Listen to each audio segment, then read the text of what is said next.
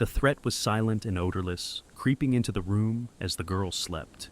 The alarms never sounded. Her life now depended entirely on the dog they had written off as a lost cause. The one everyone warned was too broken to protect anyone. The noise in the shelter was a physical force. It hit Alara in waves, a chaotic symphony of yelps, barks, and frantic scratching of claws on concrete. The air, thick with the scent of bleach and a deeper, animal musk of anxiety, felt heavy in her lungs. Her father, Mark, pushed her wheelchair down the long corridor, his hand a steady, reassuring weight on her shoulder. Her mother, Sarah, walked beside them, her smile tight, almost forced as she tried to hide her concern.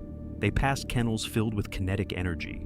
A pair of shepherd mixes hurled themselves against the chain link. Their barks a percussive roar. A small terrier spun in frantic circles, a blur of wiry fur.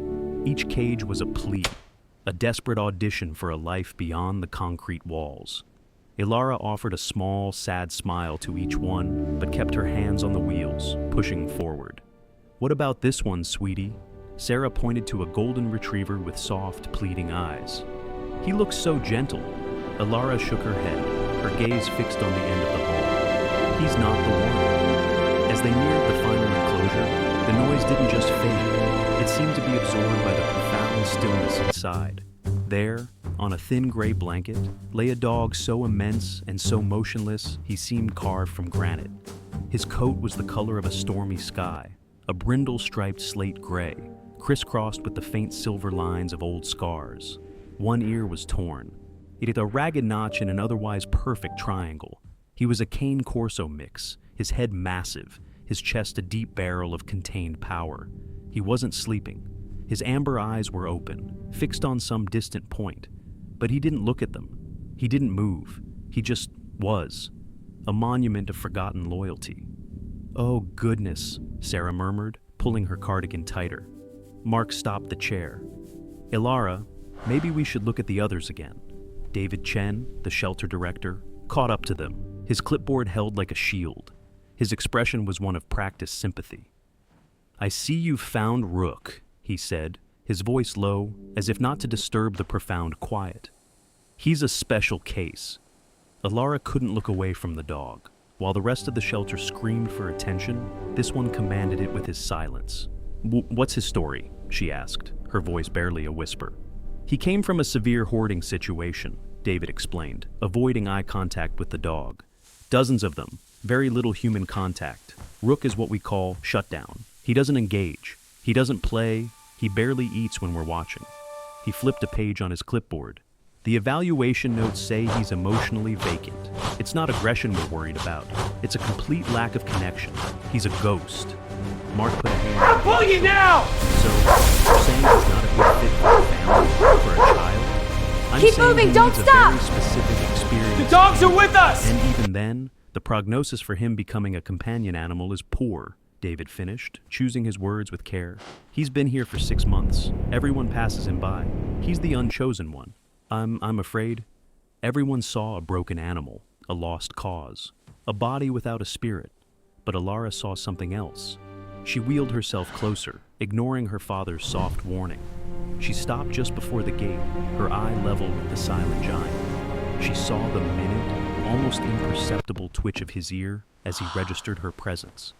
She saw the slow, What is it, boy? steady rhythm of his breathing. He's looking And at then Alara's room. He moved. His massive head turned, not with a jerk, but with slow, deliberate grace. His amber eyes left the empty space they had been staring at and met hers. There was no emptiness there. There was a deep, ancient gravity, a quiet intelligence that seemed to be weighing, measuring, and understanding everything at once.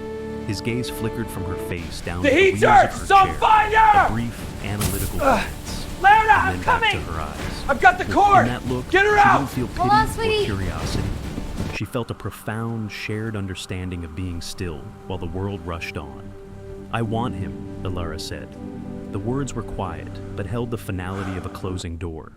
"Honey, no," Sarah began, her voice strained with worry. "You heard the man. The dog he's not there." "He is there," Alara insisted, her eyes never leaving the dog's. "You just have to be quiet enough to see him." David Chen sighed, a sound of weary resignation. Alara, I cannot in good conscience recommend this. He's 130 pounds of trauma. He might never bond with you. He might just exist in your house the same way he exists here, a shadow.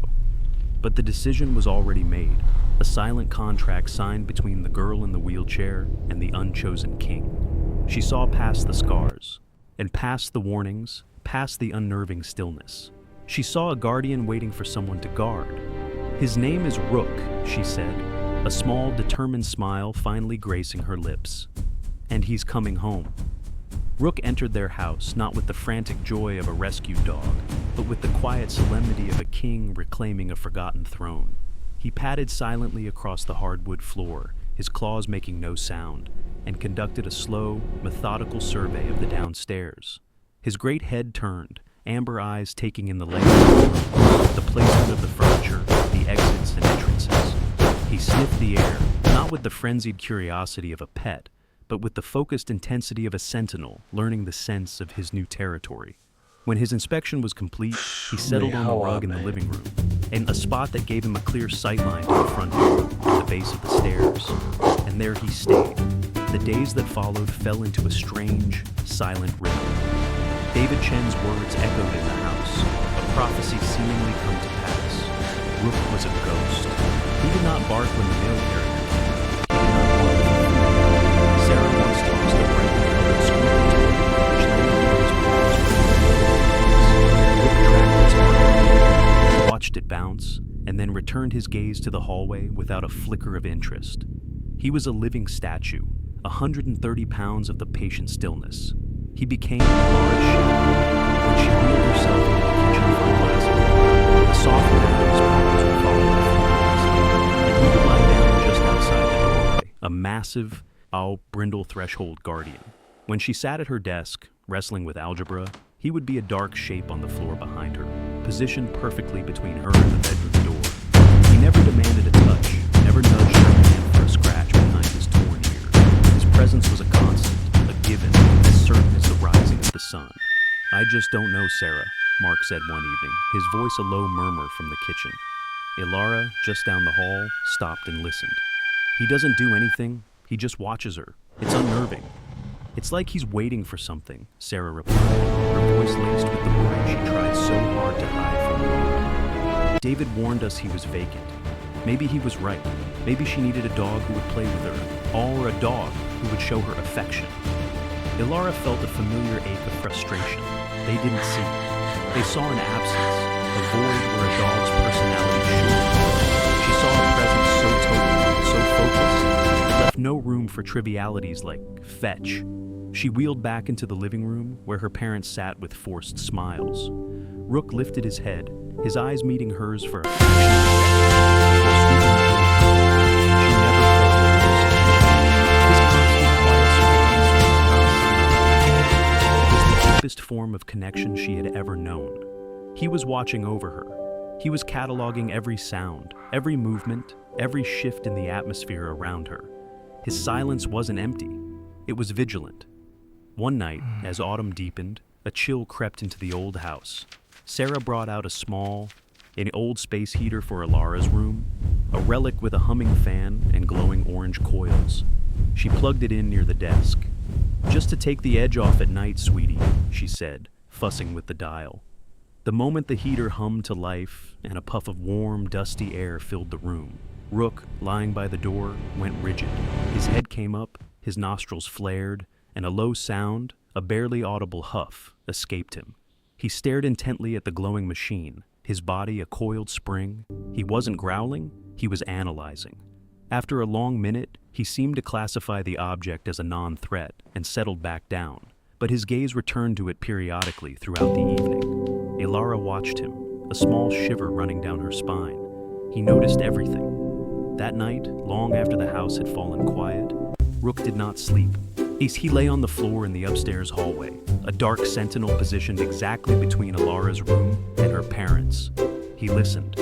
He heard the groan of the house settling, the distant rumble of a truck on the main road, the soft sigh of Sarah turning in her sleep. But mostly, He listened to the one sound that mattered, the soft, even cadence of Alara's breathing as it whispered from her open doorway. It was the bass line, the rhythm of his entire world. The silent hum of the old heater was a new, unwelcome note in the nightly symphony, and he filed it away, an anomaly to be monitored. He was not a shadow. He was a watchman on the wall, and his post was a sleeping girl's room. At 3 a.m., Rook lay awake, a living gargoyle carved from shadow and starlight. His world was a tapestry of subtle sounds, the hum of the refrigerator below, the whisper of wind against the eaves, and the soft, rhythmic hush of Alara's breathing from her room. This last sound was his anchor, the metronome of his purpose. Then, a new element entered the air. It was not a sound, but a scent. Faint, deeply wrong. It was the smell of heat where there should be none, of plastic becoming something it was never meant to be. It came from Alara's room. Rook's head lifted from his paws, his black lips pulling back almost imperceptibly to test the air. His eyes fixed on the sliver of light. Simultaneously, the metronome faltered. The steady rhythm of Alara's breath hitched, becoming shallow, then catching in a slight, fluttery sigh. The pattern was broken. The anchor was dragging. For Rook, this was not an alarm bell. It was the shattering of a sacred law. The anomaly he had been waiting for his entire life had arrived. He rose without a sound, his immense weight distributed perfectly across the pads of his feet. Panic was a luxury for lesser creatures. What he felt was a complete absence of certainty and purpose. Barking would be chaos, an indistinct cry in the night that could be dismissed. He needed to Rook moved to his secondary post, the closed door of Mark and Sarah's bedroom. He pressed his wet nose to the seam, confirming their presence within. Then, with deliberate pressure, he nudged the base of the door. It didn't budge. He adjusted, placing the solid mass of his shoulder against the wood, and pushed. The latch, not fully seated in the frame, clicked open with a soft snick. Mark and Sarah were deep in sleep. Cocooned in a heavy comforter, Rook padded to the side of the bed. A nudge with his head to Mark's dangling hand earned no response. He tried again, a more insistent push. Nothing. The clock was ticking. The flawed rhythm from Alara's room was growing fainter. Rook changed tactics. Lowering his great head, he took a gentle but firm grip on the edge of the thick comforter with his teeth. He braced his legs, dug his claws almost silently into the carpet from inches. It was not a violent tear, but a steady, inexorable drag. 130 pounds of focused intention against the dead weight of sleep. The blanket slid, inch by inch, exposing them to the cool night air. Sarah shivered, murmuring in her sleep. Mark's eyes fluttered open. What the? He sat up, blinking into the darkness. In his brain struggling to process the impossible sight of the silent dog, systematically stripping them of their covers. Rook, what are you doing? Rook released the blanket, mission accomplished. He let out a low, urgent whine. A sound so foreign from him, it was like a stone spring. He backed away toward the door, his dark eyes glowing, and then turned his head pointedly down the hall. He did not leave. He waited for them to understand. Suddenly, Sarah was wide awake, the dog's unprecedented behavior cutting through her sleep fog like a siren. Mark, something's wrong. They scrambled out of bed and followed the dog, who led them not with frantic energy, but with the grim pace of an honor guard. As they approached Alara's room, the air grew thick and strangely heavy. Mark felt a dizzying wave of nausea. Then he pushed open the door. Alara was a pale figure in her bed, her face waxy in the moonlight. The old space heater near her desk was no longer glowing. A thin, almost invisible wisp of smoke curled from a melted spot on its power cord. The smell was stronger here, sharp and chemical. Mark, a structural engineer who understood the unseen dangers of a home, knew the scent instantly. He knew what odorless gas it was masking. "Sarah, get her out, now!" he yelled, his voice raw with terror. He lunged for the wall, ripping the heater's plug from the socket as Sarah scooped up their daughter's limp form. Ilara's head lolled back, her eyes closed. In the frantic moments that followed, the 911 call, the cold night air rushing through newly opened windows, the wail of approaching sirens, Rook never left Ilara's side. When the paramedics arrived and fitted a small oxygen mask over her face, he sat beside her, his body a solid, unmoving bastion of cold. Later, after the alarm was stabilized and rested, the house was cold and quiet again, but the silence was different. It was filled with a new, profound meaning. They looked at Rook, who had returned to his post by the stairs, his amber eyes watching them. The ghost, the shadow, the lost cause. He was none of those things. He was a guardian who understood that the most dangerous threats made the most sound. His silence had never been a flaw. It was his greatest asset. He was the tool that allowed him to hear the subtle sound of a life beginning to fade. And Sarah walked over and sank to her knees in front of the massive dog. For the first time, she reached out not with apprehension, but with a reverence that bordered on awe. She laid her hand on his broad head. Rook did not flinch. He simply closed his eyes for a moment, a silent acknowledgement. He had done his duty.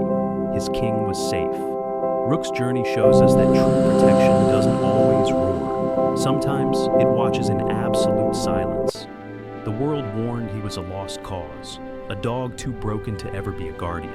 Yet, when the silent threat came and the alarms failed, he was the only one listening, proving that the most overlooked hearts often hold the most unbelievable weight. We share stories like this on Heroic Dogs Tales to celebrate these incredible bonds.